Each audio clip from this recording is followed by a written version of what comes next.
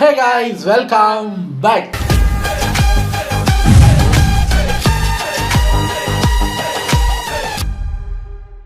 இன்னைக்கு நம்ம எந்த வீடியோக்கு ரியாக்ட் பண்ண போகிறோம் அப்படின்னு பார்த்தீங்கன்னா, இப்போ ரீசெண்டாக நம்ம ஒரு சேனலை பிடிச்சி ஒரு வீடியோஸ் கொஞ்சம் ரியாக்ட் பண்ணிகிட்டு இருக்கோம். அதாவது ஃப்ரைடே ஃபில்ம்ஸ் தமிழ் அப்படின்னு ஹீரோஸோட rise and fall and rise அதுகள் பார்த்துக்கிட்டு இருக்கோமா.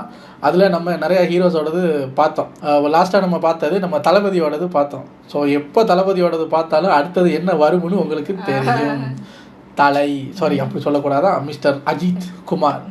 ஸோ இதில் வந்து நம்ம பார்க்க போகிறது the rise and fall of Ajith Kumar தான். நம்ம தளபதிக்கு வந்து ஃபால் அண்ட் ரைஸ் பார்த்துருந்தோம். இதில் இவரோடதில் வந்து ரைஸ் அண்ட் ஃபால் தான் போட்டிருக்காங்க. ஸோ அதை என்ன ஏதுங்கிறத உள்ளே போய் பார்க்கலாம். இது ஒரு 18 மினிட்ஸ் வீடியோங்கிறதுனால டக்குன்னு பார்த்துட்டு ரெடி. என்னதான் இவரோட பேர் 2 வார்த்தையாக இருந்தாலும் மக்கள் இவரை ஆசையாக 2 எழுத்து சொல்லி தான் கூப்பிட ஆசைப்படுறாங்க. அஜித்குமாரை நமக்கு தலையாக தெரியறதுக்கு முன்னாடி, சினிமாவுக்கு வர்றதுக்கு முன்னாடி அஜித்குமார் அவரோட ஸ்கூலிங்கை 10th ஸ்டாப் பண்ணிட்டுறாரு. பைக்ஸ் அண்ட் கார்ஸ் மேலே ரொம்ப கிரேஸோட இன்ட்ரெஸ்டாக இருந்த அஜித்குமார் அவங்க அப்பாவோட ஃப்ரெண்டோட ரெஃபரன்ஸில் சென்னை மோட்டார்ஸ் என்ஃபீல்ட் கம்பெனியில் ஒரு 6 மாதம் அப்ரெண்டிஸாக ஒர்க் பண்ணுறாரு அஜித்குமார். அஜித்குமார் ஒரு மெக்கானிக்காக ஒர்க் பண்ணுறது அவங்க ஃபேமிலியில் யாருக்குமே பிடிக்கல. அதனால் அஜித்குமாரோட அப்பா அவங்க ஃப்ரெண்டோட கவர்மெண்ட் எக்ஸ்போர்ட் கம்பெனியில் அஜித்குமாரை ஒரு மர்ச்சன்டைசராக ஜாயின் பண்ணி விட்டுறாரு. அஜித்குமார் அங்கே ஒரு 4.5 வருஷம் ஒர்க் பண்ணுறாரு. ஒர்க் பண்ணிட்டு இருக்கும் போதே சைடில் மாடலிங் பண்ணுறதையும் ஒரு ஹாபியாக வச்சுக்கிறாரு. 1990 என் வீடு என் கணவர் படத்தில் ஃபர்ஸ்ட் டைம் ஒரு சின்ன ரோலில் ஸ்கூல் பையனாக வராரு அஜித்குமார். கவர்மெண்ட் எக்ஸ்போர்ட் கம்பெனிலேருந்து ரிசைன் பண்ணிட்டு அஜித்குமார் அவரோட ஓன் டெக்ஸ்டைல் பிஸ்னஸை 1991 ஈரோடில் ஸ்டார்ட் பண்ணுறாரு. அந்த கம்பெனி அவருக்கு ஒரு ஹெவி லாஸாக அமையுது. அந்த டைமில் தான் அஜித்குமாருக்கு அவரோட ஃபர்ஸ்ட் மூவி ஆஃபர் தெலுங்குல இருந்து வருது. இந்த ஆஃபர் எப்படி கிடைச்சதுன்னா, எஸ்பிபியோட பையன் எஸ்பி சரணும் அஜித்குமாரும் ஸ்கூல்ல ஒன்னா படிச்சிருக்காங்க. எஸ்பி சரண் அவங்க அப்பா கிட்ட சொல்லி எஸ்பிபி ரெக்கமெண்ட் பண்ணி அஜித்குமாருக்கு தெலுங்கு படத்துல நடிக்கிறதுக்கு சான்ஸ் கிடைக்குது. அந்த படம் தான் பிரேம புஸ்தகம். அன்பார்ச்சுனேட்லி ஷூட் ஸ்டார்ட் பண்ணி 10 நாள்லே படத்தோட டிரெக்டர் ஒரு ஆக்சிடென்ட்ல இறந்துடுறாரு. ஷூட்டும் ஸ்டாப் ஆகுது. 1992 திரும்பவும் எஸ்பிபி ஒரு தமிழ் படத்துக்கு அஜித்குமாரை ரெஃபர் பண்றாரு. அஜித்குமார் நடிச்ச தெலுங்கு படத்தோட ஃபுட்டேஜ் எல்லாம் பார்த்ததுக்கு அப்புறம் அவருக்கு அமராவதி படம் அமையுது. அமராவதி படம் ஷூட்டிங் முடிச்சிட்டு படம் போஸ்ட் ப்ரொடக்ஷன்ல இருக்கும்போது அஜித்குமார் ஒரு ரேசிங் காம்படிஷனுக்கு ட்ரைனிங் பண்றாரு. அப்போ அவருக்கு ஒரு ஆக்சிடென்ட் நடக்குது. முதல் படத்துல அந்த ஆக்சிடென்ட்னால அவருக்கு 3 மேஜர் சர்ஜரிஸ் நடக்குது. அதனால 1.5 இயர் கம்ப்ளீட் பெட் ரெஸ்ட்ல இருக்கிறாரு அஜித்குமார். இதனால தான் அமராவதி படத்துல அஜித்குமாருக்கு சியான் விக்ரம் டப் பண்ணாரு. 1993 அஜித்குமாருக்கு அவரோட ஃபர்ஸ்ட் தமிழ் படம் அமராவதி, அது கூட அவரோட ஃபர்ஸ்ட் அண்ட் லாஸ்ட் தெலுங்கு படமா பிரேம புஸ்தகம் ரிலீஸ் ஆகுது. அமராவதி அஜித்குமாருக்கு ஒரு டீசென்டான ஸ்டார்ட்டை கொடுத்து ஒரு அபோவ் ஆவரேஜ் படமா அமையுது. பிரேம புஸ்தகம் படம் அவருக்கு ஃபர்ஸ்ட் ஃபிளாப்பை கொடுக்குது. அமராவதி ரிலீஸ்க்கு அப்புறம் இனிமே நம்ம ரொம்ப பிஸி ஆயிடுவோம், நிறைய சான்சஸ் கிடைக்கும்னு நம்பிட்டு இருந்த அஜித்குமாருக்கு ஒரு பெரிய ஏமாற்றம். லீட் ரோலுக்கு எந்த ஆஃபர்ஸும் வராததுனால சப்போர்ட்டிங் ரோல்ஸ் நடிக்க ஸ்டார்ட் பண்றாரு அஜித்குமார். 1994 பாசமலர்கள் அண்ட் பவித்ரா படம் ரிலீஸ் ஆகுது. 2 படத்துலயும் சப்போர்ட்டிங் ரோல்ல நடிச்சிருந்தாரு அஜித்குமார். 2 படமும் அவருக்கு ஒரு கண்டினியூஸ் ஃபிளாப்பா அமையுது. அடுத்த வருஷம் அஜித்குமாருக்கு 2 படம் ரிலீஸ் ஆகுது. ராஜாவின் பார்வையிலே அண்ட் ஆசை. Vijay and Ajithkumar for the first and last time ஒன்னா நடிச்சிருந்தாங்க ராஜாவின் பார்வையிலே படத்துல. 2 பேருக்குமே அந்த படம் ஒரு ஃபிளாப்பா அமையுது. ஃபிளாப்ஸை மட்டுமே பார்த்த அஜித்குமாருக்கு அவர் என்னெல்லாம் ஆசைப்பட்டாரோ அதை ஆசையா வாங்கி கொடுத்துச்சு ஆசை படம். அஜித்குமாருக்கு ஆசை படம் ஃபர்ஸ்ட் ஹிட் படமா மட்டும் இல்லாம அவரோட கெரியர் பிரேக் த்ரூ அமையுது. மக்கள் அஜித்குமாரை ஒரு ப்ராப்பர் ஹீரோவா அக்செப்ட் பண்ணிக்கிறாங்க ஆசை படத்துல. ஃபேக்ட் என்னன்னு பாத்தீங்கன்னா, டைரக்டர் வசந்த் அஜித்குமார் பண்ண ரோலை இனிஷியலா சூர்யா கிட்ட தான் அப்ரோச் பண்ணிருக்காங்க. அந்த டைம்ல சூர்யாக்கு நடிக்கிறதுல இன்ட்ரெஸ்ட் இல்லாதனால அந்த ஆஃபரை டிக்ளைன் பண்ணிடுறாரு. அதுக்கப்புறம் டைரக்டர் ஹீரோவா வேற யாரை போடுறதுன்னு யோசிச்சுட்டு இருக்கும் போது அவர் எதிரில் இருந்த டிவில தூர்தர்ஷன் சேனல்ல அஜித்குமார் வேஷ்டி சட்டையோட ஒரு ஆட்ல வந்திருக்காரு. அதை பார்த்து பிடிச்சு போன டைரக்டர் அஜித்குமாருக்கு இந்த படத்தோட சான்ஸை அப்புறம் அஜித்குமாருக்கு ஏகப்பட்ட சான்சஸ் வந்து குவியுது. 1996 வான்மதி, கல்லூரி வாசல், மைனர் மாப்பிளை, காதல் கோட்டைன்னு 4 படம் ரிலீஸ் ஆகுது. அதுல வான்மதி, காதல் கோட்டைன்னு 2 படம் மட்டும் அஜித்குமாருக்கு சக்சஸ் கொடுக்குது. வான்மதி படத்தோட சக்சஸ்க்கு அப்புறம் அஜித்குமார் அண்ட் டைரக்டர் அகத்தியன் திரும்ப 2வது தடவை சேர்ந்து காதல் கோட்டை பண்றாங்க. இந்த டைரக்டர் அகத்தியன் யாரு தெரியுமா? கனியக்காவோட ஃபாதர். இதெல்லாம் தெரிஞ்சிருக்கு உங்களுக்கு? ஆமா. அஜித்குமாரோட ரெண்டாவது மேசிவ் சக்சஸை கொடுக்குது காதல் கோட்டை. பிளாக் பஸ்டர் படமா மட்டும் அமையாம நேஷனல் அவார்டையும் வின் பண்ணது காதல் கோட்டை படம். 1997ல நேசம், ராசி, உல்லாசம், பகைவன், ரெட்ட ஜாடை வயசுன்னு 5 படம் ரிலீஸ் ஆகுது அஜித்குமாருக்கு. என்னதான் 5 படம் ரிலீஸ் ஆனாலுமே அந்த வருஷம் அஜித்குமாருக்கு ஒரு பெரிய டிசாஸ்டரா அமையுது. அவர் நடிச்ச அந்த 5 படமும் கம்ப்ளீட் ஃபிளாப் ஆகுது. அஜித்குமார் இந்த 5 படத்தோட கதையையும் கேட்காமலே நடிச்சிருக்காரு. எல்லாருமே அதனால தான் படம் ஃபிளாப் ஆனதுக்கு காரணம்னு பேசினாங்க. இதுக்கு ரிப்ளை கொடுக்குற மாதிரி அஜித்குமார் நான் அந்த படங்களை ஒத்துக்கிட்டேன். படம் சக்சஸ் ஆன மட்டும் வந்து அந்த சக்சஸுக்கு வந்து டைரக்டர் காரணம்னு நீங்க சொல்றீங்க. ஃபிளாப் ஆன மட்டும் why is it my fault? It is not my fault. It is the director's fault. ஒரு வருஷம் ஃபெயிலியர் மட்டுமே பார்த்த அஜித்குமாருக்கு அடுத்த வருஷம் 1998 காதல் மன்னன், அவள் வருவாளா, உயிரோடு உயிராகன்னு 3 படம் ரிலீஸ் ஆகுது. தொடர்ந்து 5 ஃபிளாப்ஸ் கொடுத்த அஜித்குமாருக்கு காதல் மன்னன் படம் ஒரு கம்பேக்கா கொடுக்குது. உன்னை பார்த்த பின்பு நானாக இல்லையே. அஜித்குமார் டைரக்டர் சரணை இன்ட்ரடியூஸ் பண்றாரு காதல் மன்னன்ல. அதுக்கப்புறம் ரிலீஸ் ஆன அவள் வருவாளா படம் கமர்ஷியல் ஹிட்டா அமைது ஏகேக்கு. ஃபர்ஸ்ட் டைம் ஏகே இந்த படத்தையும் காதல் மன்னன் படத்தையும் சைமல்டேனியஸா ஷூட் பண்ணிருக்காரு. ஒரு மாசம் கேப்ல 2 படமும் ரிலீஸ் ஆகுது. ஏகேக்கு பேக் டு பேக் சக்சஸர் கொடுக்குது. அதே வருஷம் ரிலீஸ் ஆன உயிரோடு உயிராக படம் ஹேட்ரிக் கிட்ட கொடுக்கணும்னு எதிர்பார்த்திருந்த ஏகே ஃபேன்ஸ்க்கு டிசப்பாயின்மெண்ட் தான் கொடுத்துச்சு. 1999ல ஏகே அவரோட கெரியர்லயே அந்த வருஷம் தான் அவருக்கு most number of films release ஆகுது. தொடரும் உன்னை தேடி, வாலி, ஆனந்த பூங்காற்றே, அமர்கலம், நீ வருவாய் எனன்னு 6 படம் ரிலீஸ் ஆகுது ஏகேக்கு. உன்னை தேடி படத்துல ஃபர்ஸ்ட் டைம் ஏகேவும் சுந்தர்சியும் ஒன்னா ஒர்க் பண்றாங்க. ஏகேக்கு அந்த வருஷத்தோட ஃபர்ஸ்ட் ஹிட்டா அமையுது உன்னை தேடி. இந்த படத்தோட ஒன்லைனை சுந்தர்சியோட அசோசியேட் டைரக்டர் தான் சுந்தர்சிட்ட சொல்லியிருக்காரு. சுந்தர்சி அந்த ஒன்லைனை வச்சு இந்த படத்தோட ஸ்டோரியை ரெடி பண்ணி ஏகேக்கு நரேட் பண்ணியிருக்காரு. இந்த விஷயம் தெரிஞ்ச ஏகே இந்த படம் மட்டும் சக்சஸ் ஆயிடுச்சுன்னா அந்த ஒன்லைன் சொன்ன ஏடியோட ஃபர்ஸ்ட் படத்துல நான் நடிக்கிறேன்னு சொல்லியிருக்காரு. அந்த ஏடி வேற யாரும் இல்ல, நம்ம சிங்கம் புலி தான். ஆசை படத்துல ஏடியா ஒர்க் பண்ண எஸ்ஜே சூர்யாவை திரும்பவும் ஏடியா உல்லாசம் படத்துல ஏகே பாக்குறாரு. எஸ்ஜே சூர்யா கிட்ட போய் நீ இன்னும் படம் பண்ணலையா, சரி எனக்கு ஒரு கதை பண்ணுன்னு சொல்லி எஸ்ஜே சூர்யாவை டைரக்டரா ஆக்குறாரு வாலி படத்துல. வாலி படம் ஏகேயோட கெரியர்லயே மிகப்பெரிய பிளாக் பஸ்டர் படமா அமைது. ஏகேக்கு மட்டும் இல்லாம சிம்ரன், ஜோதிகா, எஸ்ஜே சூர்யான்னு எல்லாரோடைய கெரியர் பிரேக் த்ரூ படமாவும் அமைது வாலி. ஆனந்த பூங்காற்றை படம் பேக் டு பேக் சக்சஸ் கொடுக்குது ஏகேக்கு. காதல் மன்னன் சக்சஸ்க்கு அப்புறம் ஏகே 25 அமர்கலம்க்கு திரும்ப ஒன்னா சேர்றாங்க ஏகேவும் டைரக்டர் சரணும். அமர்கலம் அந்த வருஷத்தோட 2வது பிளாக் பஸ்டரை கொடுக்குது ஏகேக்கு. சக்சஸை மட்டும் கொடுக்காம ஏகேக்கு அவரோட ஃபியூச்சர் பார்ட்னரையும் சேர்த்து கொடுக்குது அமர்கலம் படம். 1999 கடைசியில ரிலீஸ் ஆன நீ வருவாய் என்ற படத்துல எக்ஸ்டெண்டட் கேமியோ பண்ணிருப்பாரு ஏகே. அந்த படமும் ஏகேயோட சக்சஸ் லிஸ்ட்ல ஆட் ஆகுது. எப்படி 1997 ஏகேக்கு ஒரு கம்ப்ளீட் டிசாஸ்டரா இருந்துச்சோ 1999 கம்ப்ளீட் சக்சஸ்ஃபுல் இயரா இருந்திருக்கு ஏகேக்கு. வாலி அமர்கலம் படம் ஏகேயோட ஃபேன் பேஸை டபுள் பண்ணிடுச்சு அந்த வருஷம். தொடர்ந்து 5 ஹிட் கொடுத்த ஏகே 2000ல முகவரி, கண்டு கொண்டேன், உன்னை கொடு என்னை தருவேன்னு 3 படம் ரிலீஸ் ஆகுது. சக்சஸ் ஸ்ட்ரீக்கை மெயின்டைன் பண்ணிட்டு இருந்த ஏகேக்கு முகவரி அதே ஸ்ட்ரீக்கை மெயின்டைன் பண்ண வச்சு இன்னொரு சக்சஸ் கொடுக்குது. பல தடங்களுக்கு அப்புறம் மமுக்கா, ஏகே, அப்பாஸ், ஐஸ்வர்யா ராய், தபோனு பெரிய கேஸ்ட் அண்ட் குரூ கொண்ட கண்டு கொண்டேன் படம் ரிலீஸ் ஆகி சூப்பர் ஹிட்டா அமைது ஓல் டீமுக்குமே. இனிஷியலா ஏகே பிளே பண்ண மனோகர் ரோலுக்கு பிரபுதேவாவை தான் டிசைட் பண்ணியிருந்தாங்க. அப்புறம் பிரபுதேவா, பிரசாந்த் தாண்டி தான் ஏகேக்கு இந்த சான்ஸ் கிடைச்சது. ஏகே இந்த சான்ஸை மிஸ் பண்ணாம கரெக்டா யூட்டிலைஸ் பண்ணிட்டாங்க. ஏகேயோட புது டைரக்டர்ஸ் கோட்டால அடுத்த படம் உன்னை கொடு என்னை தருவேன் ரிலீஸ் ஆகுது. அந்த படம் ஏகேயோட சக்சஸ் ஸ்ட்ரீக்கை பிரேக் பண்ணுது. அந்த டைரக்டருக்கு அந்த படமே ஃபர்ஸ்ட் அண்ட் லாஸ்ட் படமா ஆயிடுச்சு. 2001 தீனா, சிட்டிசன், பூவாசம்னு 3 சக்சஸ்ஃபுல் படம் ரிலீஸ் ஆகுது ஏகேக்கு. எப்படி ஆசையில ஏடியா ஒர்க் பண்ண எஸ்ஜே சூர்யாக்கு சான்ஸ் கொடுத்தாரோ அதே மாதிரி எஸ்ஜே சூர்யாவோட அசிஸ்டன்டான ஏஆர் முருகதாஸ்க்கு ஒரு சான்ஸ் கொடுக்குறாரு. தீனா படம் ரிலீஸ் ஆகுது. தீனா படம் அஜித்குமாருக்கு ஒரு புது ட்ரெண்டை செட் பண்ணி கொடுக்குது. அது மட்டும் இல்லாம தலைன்னு ஒரு பேரை கொடுக்குது. அதுக்கப்புறம் அஜித்குமார் தலையா மாறுறாரு.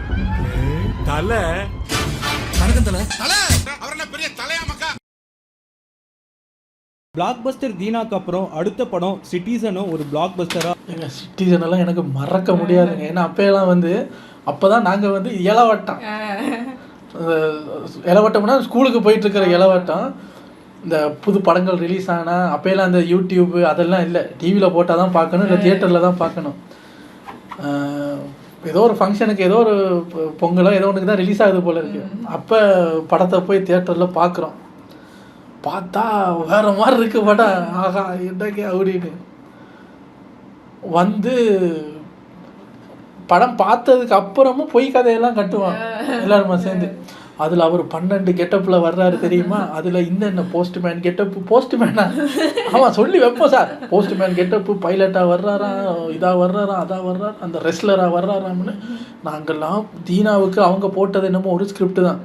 ஸ்கூல் இன்டர்வல் பீரியட்லையும் ஃப்ரீ பீரியட்லையும் ஸ்கூல் முடிஞ்சதுக்கப்புறமெல்லாம் நாங்கள் கூடி கூடி பேசுகிறதெல்லாம் வந்து ஒரு 1000 ஸ்கிரிப்ட் எழுதிருப்போம் கதை பேசுறது.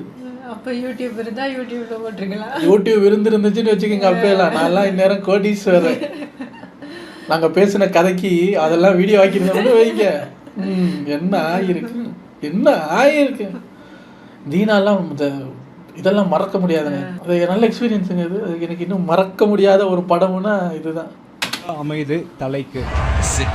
அத்திப்பட்டின்னு ஒரு ஊரை தெரியாதவங்களே இருக்க மாட்டாங்க. இன்னைக்கும் அத்திப்பட்டி வச்சு ஒரு காமெடி இல்ல நம்ம கான்வர்சேஷன்ல அத்திப்பட்டி இருந்துட்டு தான் இருக்கு. Dheena citizen back to back blockbuster கொடுத்து ஆக்ஷன் ஹீரோவாவே பார்த்த தலைய பூவெல்லாம் முன்வாசம்னு ஒரு ஃபேமிலி டிராமா பண்ணி அந்த படம் அந்த வருஷத்தோட ஆக்ட்ரிக் சக்சஸை கொடுக்குது தலைக்கு. அதே வருஷம் சந்தோஷ் சிவன் டைரக்ஷன்ல ரிலீஸ் ஆன அசோகா இந்தி படத்துல ஒரு ஸ்பெஷல் அப்பியரன்ஸ்ல வந்திருப்பாரு தலை. அதுதான் அவர் பண்ண ஃபர்ஸ்ட் அண்ட் லாஸ்ட் இந்தி படம். 2002 ரெட், ராஜா, வில்லன் 3 படம் ரிலீஸ் ஆகுது. முன்னாடி சொன்ன மாதிரி சுந்தர்சி படம் உன்னை தேடி இட்டாச்சுன்னா சுந்தர்சியோட அசோசியேட் சிங்கம்புலிக்கு ஒரு சான்ஸ் தரேன்னு சொன்ன ஏகே சொன்ன மாதிரியே சான்ஸ் கொடுத்து ரிலீஸ் ஆச்சு ரெட்.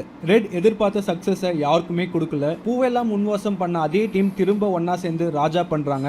அந்த படமும் ஒரு கம்ப்ளீட் ஃபெயிலியரை கொடுக்குது ஓல்ட் டீமுக்குமே. ரெட், ராஜான்னு பேக் டு பேக் ஃபிளாப்க்கு அப்புறம் ஃபர்ஸ்ட் டைம் KS ரவிக்குமார் டைரக்ஷன்ல தலை நடிச்சு ரிலீஸ் ஆகுது வில்லன். ஒரே வருஷத்திலே பேக் டு பேக் ஃபெயிலியருக்கு அப்புறம் வில்லன் படம் ஒரு பிளாக் பஸ்டர் சக்சஸை கொடுக்குது தலைக்கு. 2003 ஆஞ்சநேய படம் ரிலீஸ் ஆகுது. தலைக்கு அந்த படம் ஒரு கம்ப்ளீட் டிசாஸ்டர் கொடுக்குது. தலைக்கு அந்த வருஷம் ஒரு படம் மட்டுமே ரிலீஸ் ஆகுது. என்னை தாலாட்ட உருவால படத்துல ஒரு கேமியோவும் பண்ணியிருந்தாரு. ஏன் தலைக்கு அந்த வருஷம் படம் கம்மியாயிடுச்சுன்னா தலை அவரோட ஃபேவரட்டான கார் ரேசிங்க்கு திரும்ப போயிட்டாரு. 2003 நடந்த ஃபார்முலா BMW சாம்பியன்ஷிப்ல தலை பார்ட்டிசிபேட் பண்ணியிருந்தாரு. 2004 ஜனா அட்டகாசம் ரிலீஸ் ஆகுது. ஜனா திரும்ப ஒரு ஃபிளாப்பை கொடுக்குது தலைக்கு. காதல் மன்னன், அமர்கலம்னு இட்டு கொடுத்த டைரக்டர் சரணோட சேர்ந்து அட்டகாசம் படம் பண்றாங்க. 1.5 வருஷத்துக்கு அப்புறம் தலைக்கு ஒரு இட்டு படமா அமையுது அட்டகாசம். 2005 ஆனந்தம், ரன்னு இட்டு கொடுத்த லிங்குசாமியோட சேர்ந்து ஜி படம் மட்டும் பண்ணி ரிலீஸ் ஆகுது தலைக்கு. டிரெக்டர் இந்த கதையை மாதவனுக்கு தான் ஃபர்ஸ்ட் பண்ணிருக்காரு. மாதவன் ஆயுதம் எடுத்து ஷூட்டிங்ல பிஸியா இருந்ததுனால இதை பண்ண முடியல. அதுக்கப்புறம் விருப்பமே இல்லாம தான் அஜித் குமாரை கேஸ்ட் பண்ணி ஷூட் பண்ணன்னு சொல்லியிருப்பாரு. ஷூட்டிங்கும் சரியா போல. ஷூட்டிங் அப்போவே லிங்குசாமிக்கு படம் ஒழுங்கா வரலன்னு தெரிஞ்சிருக்கு.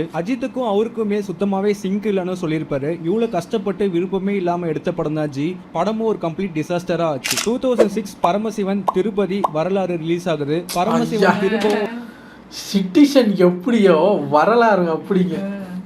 அதாவது படம் பார்க்க போகணும்னாலே வீட்டில் யாரையாவது கூட்டிகிட்டு தான் போகணும். எப்போல்லாம் சின்ன பையன்ல அப்படி இருந்த காலகட்டத்தில் பரவாயில்ல, நானும் பாதியாக மீசம் முளைக்குது, நானும் இங்கே தனியாக படம் பார்க்க போவேன்ட்டு தனியாக தியேட்டருக்கு போய் படம் பார்க்க ஆரம்பித்தது வரலாறு படம். வரலாறும் இப்படி தான் தீபாவளியாக பொங்கலா தெரியல ஏதோ ஒன்றுக்கு ரிலீஸ் ஆகுது. அதை நான் பல வீடியோஸில் சொல்லியிருக்கேன், அது மறக்க முடியாது. திருப்பதியெல்லாம் வந்து ஃபேமிலியோடு தான் போய் பார்க்குறோம். வரலாறு மட்டும் அது அப்படித்தான். அது ஒவ்வொரு காலகட்டத்துக்கு ஒவ்வொரு படம் வந்து ஸ்ட்ரக் ஆகுது பாருங்க. ஒரு டிசாஸ்டரா அமையுது தலைக்கு. தளபதி வச்சு திருப்பாச்சி சிவகாசின்னு ஒரு மசாலா ஹிட் கொடுத்த டைரக்டர் பேரரசு அதே மாதிரி தலைக்கு திருப்பதின்னு ஒரு படம் பண்ணி ரிலீஸ் ஆகுது. அந்த படமும் பெருசா பேசுற அளவுக்கு அமையல. திரும்ப 1.5 வருஷம் சரியான படம் அமையாம இருந்த தலைக்கு பல தடங்கள், போராட்டம், ப்ரொடக்ஷன் ப்ராப்ளம்னு 2004லயே ஸ்டார்ட் பண்ண வரலாறு ஒரு வழியா 2006ல ரிலீஸ் ஆகுது. பல வருஷங்களுக்கு அப்புறம் தலைக்கு ஒரு பிளாக் பஸ்டர் சக்சஸை கொடுக்குது வரலாறு படம். வரலாறு படம் கமலஹாசன், ரஜினிகாந்த் முக்கியமான தலைங்க எல்லார்கிட்டயும் போயிட்டு தான் ஏகேக்கு வந்திருக்கு. அப்போ அந்த படத்துல இருந்த டிரான்ஸ்ஜெண்டர் கேரக்டர்னால எல்லாருமே அந்த படத்தை அவாய்ட் பண்ணிட்டாங்க. பட் தலை எந்த ஒரு தயக்கமும் இல்லாம அந்த படத்தை எடுத்து பண்ணாரு. அந்த படம் அவருக்கு ஏத்த ரிசல்ட்டை கொடுத்துச்சு. 2002 to 2006 அந்த 5 வருஷம் கம்ப்ளீட் ஃபால்னே சொல்லலாம். 5 வருஷத்துல நடிச்ச 10 படத்துல வில்லன், அட்டகாசம், வரலாறுன்னு இந்த 3 படத்தை தவிர வேற எதுவுமே சரியா போகல. Jeans, New, Nandha, Gemini, Run, Saamy, Ghajini, காக்க காக்க, நான் கடவுள்னு இது எல்லாமே அஜித் மிஸ் பண்ண படங்கள். இந்த லிஸ்ட்ல இருக்க சில படங்கள் ஸ்டார்டிங்லேயே தலை இல்லை நான் பண்ண மாட்டேன்னு சொல்லிட்டாரு. இன்னும் இந்த ஏஆர் முருகதாஸ் ஒரு இன்டர்வியூல சொல்லியிருப்பாரு என்னன்னா, கஜனிக்கு அவங்க முதல் வச்ச பேர் வந்து மிரட்டல் போல இருக்கு. அதுல ஒரு 3 நாளா 2 நாள் அவர் அந்த கஜனியா நடிச்ச ஃபுட்டேஜ் இன்னும் அவர்கிட்ட போன்ல இருக்கா. ரிலீஸ் பண்றதுக்கு முதல்ல அவர் பெர்மிஷன் கொடுக்கணும்ல. பட் நிறைய பேர் அந்த வீடியோவில் கமெண்ட் செக்ஷன்ல வந்து கேட்குறாங்க, ஐயா அதை ரிலீஸ் பண்ணுங்களேன், அது அவர்கிட்ட கேட்காம பண்ண முடியாதுல்ல. அவர் சொல்கிறார் அது எனக்கு ஒரு வித்தியாசமான ஃபீலாக இருந்தது. அப்போ நான் யோசிச்சு பார்த்தேன், கஜினி, சஞ்சய், ராமசாமி, அதில் அஜித் சார் அது ஒரு வேற ஒரு ஃப்ளேவர் கொடுத்துருக்கோம். ஆனால் அது அந்த ஃபுட்டேஜ் அவர்கிட்ட மட்டும் இருக்குது. சில படங்கள் ஷூட்லாம் ஸ்டார்ட் பண்ணி நடுவில் பிரச்சனை வந்ததுனால தலை ப்ராஜெக்ட் விட்டு வெளியே வந்துட்டாரு. செகண்ட் டைம் ஏஆர் முருகதாஸோட ஜாயின் பண்ணாரு மிரட்டல் படத்துக்கு. ஷூட் ஸ்டார்ட் பண்ணி அந்த கேரக்டருக்கு தலை மொட்டை அடிக்க மாட்டேன்னு சொல்லிட்டாரு. அதுக்கப்புறம் அந்த படம் சூர்யா கிட்ட போயிட்டு கஜினியா ரிலீஸ் ஆச்சு. இந்த மிஸ் பண்ண படங்கள் எல்லாமே தலை பண்ணியிருந்தாருன்னா அவருக்கு இந்த ஃபாலே வந்திருக்காது. ஏன்னா அவர் மிஸ் பண்ண இந்த படங்கள் எல்லாமே இப்போ ஒரு கல்ட் கிளாசிக்கா இருக்கு. 2007 ஸ்டார்டிங்லே ஆழ்வார் ரிலீஸ் ஆகுது. தலையோட கருணை கோட்டால எஸ்டி சூர்யாவோட அசோசியேட்க்கு சான்ஸ் கொடுக்குறாரு தலை. அகைன் ஆழ்வார் கம்ப்ளீட் ஃபெயிலியர் ஆகுது. அதே வருஷம் இந்த ஆழ்வாரும் இப்போ அஜித்தோட ஒவ்வொரு படமும் மறக்க முடியாதுன்னு சொன்னல, அது மாதிரி இந்த ஆழ்வாரும் மறக்க முடியாது. ஆளை விடுங்க சார், என்னால முடியல சார். நல்லா சொல்லு. இல்ல இல்ல இல்ல ஒரு மாதிரி அந்த சின்ன வயசுலயே அது என்னன்னு புரியாம எனக்கு தலையெல்லாம் சுத்தி ஐயோ தூங்கிட்டேன் கொஞ்ச நேரம். மொக்க சூற மொக்க. ஏதோ விவேக் சாரோட ஒரு காமெடியும் இந்த சொல்லித்தரவாங்கிற அந்த ஒரு பாட்டு மட்டும்தான் தியேட்டரில் அந்த பெருசாக பார்க்கும்போது நல்லா இருந்தது. மற்றபடி எனக்கெல்லாம் அம்மாட்ட கேட்டுக்கிட்டே இருந்தேன், எப்போ வீட்டுக்கு போகிறோம். அம்மா எல்லாம் படம் நல்லா இல்லைனாலும் கொடுத்த காசுக்கு அதை ஃபுல்லாக பார்த்துட்டு போங்கிற ஒரு ஆள். நல்லா இல்லை தான் இருறா, டிக்கெட் காசு இத்தனை பேருக்கு கொடுத்து கூட்டி வந்துருக்குள்ள உள்ளே பார்த்துட்டு போவோம் அப்படின்ட்டு தூங்கிட்டேன் நான். என்னால் முடியலை அந்த படம். திரும்ப ஒரு புது டைரக்டருக்கு சான்ஸ் கொடுக்குறாரு. ஏஎல் விஜயோட ஃபர்ஸ்ட் படம் கிரீடம் ரிலீஸ் ஆகுது. ஆழ்வாரோட அட்டர் ஃப்ளாப்க்கு அப்புறம் கிரீடம் ஒரு கமர்ஷியல் ஹிட்டை கொடுக்குது தலைக்கு. என்னதான் கிரீடம் ஒரு ரீமேக்கா இருந்தாலும் ஏஎல் விஜய் தமிழ் ஆடியன்ஸ்க்கு ஏற்ற மாதிரி ஸ்கிரிப்டை சேஞ்ச் பண்ணி இட்டு கொடுத்துருக்காரு. நம்மெல்லாம் பார்க்காத ஒரு தலையை புதுசா காமிச்சாரு விஷ்ணுவர்தன் பில்லா படத்துல. தலை கிளாஸா மாசா வந்து நின்னாரு பில்லாவா. எப்படி தலைக்கு தீனா படம் ஒரு பிரேக்காக இருந்துச்சோ அதுக்கப்புறம் எனக்கு பர்சனலாக பில்லா படம் தான் தலைக்கு ஒரு பிரேக்கை கொடுத்துச்சு. தலைக்கு மட்டும் இல்லாமல் நயன்தாராவுக்கும் ஒரு பிரேக்கை கொடுத்துச்சு பில்லா படம். தலைவரோட பில்லா படத்தை ரீமேக் பண்ணலான்னு ஐடியா கொடுத்ததே தலை தான். பில்லா படத்தோட ரிலீஸ்க்கு அப்புறம் தலைக்கு ஒரு செட் ஆஃப் ஆடியன்ஸ் எக்ஸ்ட்ராவே ஆட் ஆயிடுச்சுன்னே சொல்லலாம். இதுக்கப்புறம் தலை தாண்டான்னு சொல்லி முடிக்கிறதுக்குள்ள அடுத்த வருஷம் 2008 ராஜசுந்தரம் மாஸ்டரோட டெபியூட் படமாக ரிலீஸ் ஆகுது ஏகன். பில்லா படம் பார்த்ததுக்கு அப்புறம் இந்த படம் பார்த்தோன்னே என்னடா இது பண்ணி வச்சிருக்கீங்க அப்படின்ற மாதிரி தான் இருந்துச்சு. படமும் சரியா போகல. ஏகன் படம் ஷாருக்கோட மெயின் உன்னா படத்தை தான் ரீமேக் பண்ணியிருந்தாங்க. பில்லாவோட சக்சஸ்க்கு அப்புறம் 2007ல சிவாஜி ப்ரொடக்ஷனுக்கு ஒரு படம் பண்ணி தரேன்னு தலை சைன் பண்றாரு. டைரக்டரா ஜிவிஎம் ஆன்போர்ட் ஆகுறாரு. படத்தோட ப்ரீ ப்ரொடக்ஷன்லாம் போகுது. நடுவுல என்னாச்சுன்னு தெரியல, ஜிவிஎம் ப்ராஜெக்ட் விட்டு வெளியே போறாரு. அந்த இடத்துல டைரக்டரா சரண் 2009 அந்த படத்தோட ஷூட் போகுது. அந்த வருஷமே ரிலீஸ் ஆக வேண்டிய அந்த படம் ஏகப்பட்ட ஸ்கிரிப்ட் சேஞ்சஸ் அண்ட் ஷூட்டிங் டிலேனால 2009 தலைக்கு எந்த படமே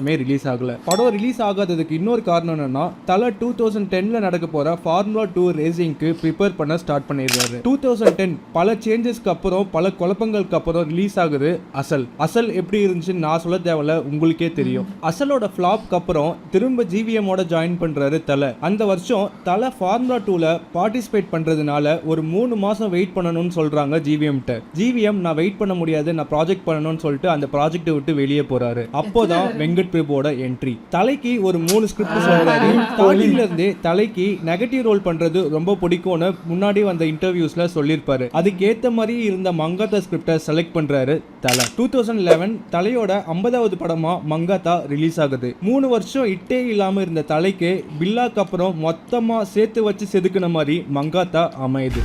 Vinayak, your game is over.